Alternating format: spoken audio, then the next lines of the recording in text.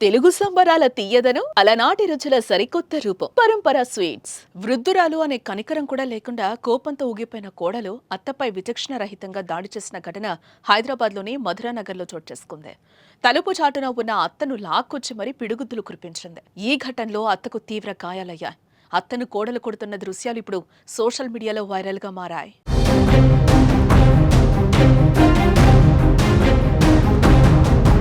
మధురానగర్ కాలనీకి చెందిన పసుపురెడ్డి సంతోష్ రెడ్డి, రాములమ్మ వృద్ధ దంపతులు. వారి పెద్ద కుమారుడు వేణుగోపాల్ రెడ్డి, కోడలు సంధ్యారాణికి మధ్య గత 5 ఏళ్లుగా కుటుంబ గొడవలు జరుగుతూ ఉండడంతో వారు వేర్వేరుగా ఉంటున్నారు. సమస్య పరిష్కారానికి ఇరువురు కోర్టును ఆశ్రయించారు.